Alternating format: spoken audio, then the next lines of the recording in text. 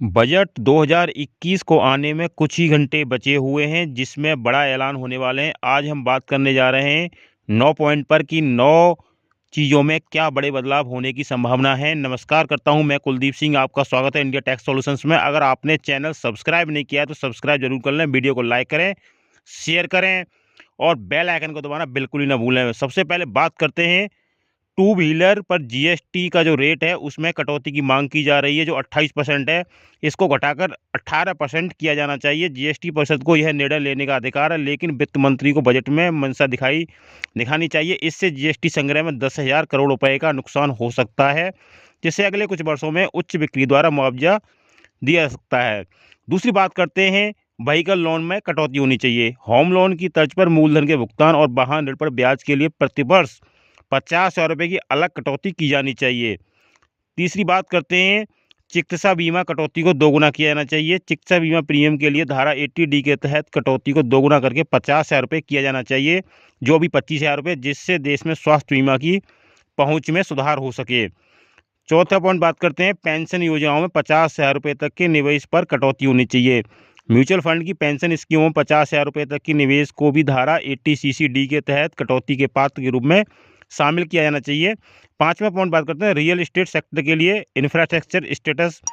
Real estate क्षेत्र को अवसंरचना का दर्जा दिया जाना चाहिए और लीज संपत्तियों पर इनपुट टैक्स क्रेडिट की लंबे समय से लंबित मांग को पूरा किया जाना चाहिए। सिक्स पॉइंट बात करते हैं, होम लोन की कटौती पर अधिक लाभ होना चाहिए। होम लोन पर मूलधन का भुगतान वर्तमान में निवेश की धारा 80C के तहत किया जाता है। इस उद्देश्य के लिए एक अलग सीमा स्थापित की जानी चाहिए।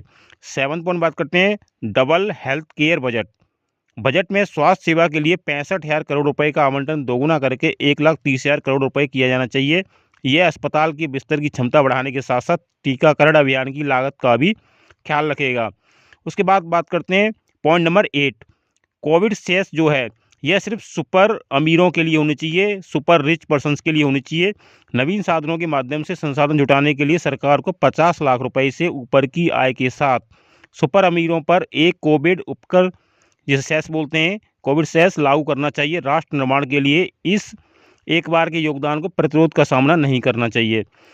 उसके बाद बात करते हैं 9 पॉइंट की, बढ़ते एनपीए समस्या के समाधान के लिए एक बैड बैंक की स्थापना करें। बजट को एक खराब बैंक की स्थापना की घोषणा करनी चाहिए। एक बैड बैंक एक ऐसा बैंक है जो दूसरे वित्तीय संसाधनों के बैड लोन और अन्य अवैध होल्डिंग्स को खरीदने के लिए स्थापित किया जाता है।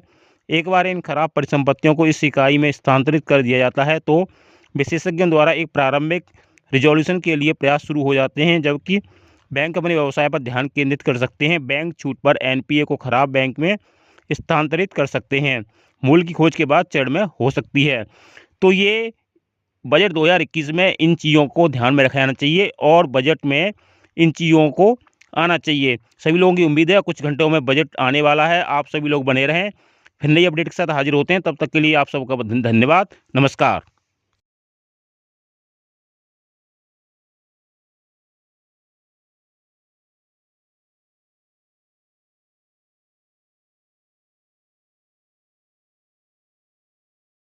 पूरी साल में 6 रुपये मिलता है, इसको बढ़ाने पर भी विचार किया जा रहा है कि किसान सम्मान निधि का जो अमाउंट है, जो उसको मदद दी जाती है, उसको भी बढ़ाया जाए। दूसरा, किसान को जो केसीसी के द्वारा लोन मिलता है उसमें भी इंटरेस्ट रेट को कम करने की सिफारिश की जा रही है कि इस इंटरेस्ट रेट को कम किया जाए ताकि किसान को आराम से कम रेट पर लोन उपलब्ध हो जाए।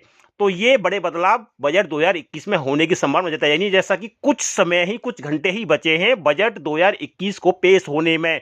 नई अपडेट के साथ फिर हाजिर होते हैं, तब तक आप सबका बहुत बहुत धन्यवाद करता हूं। नमस्कार।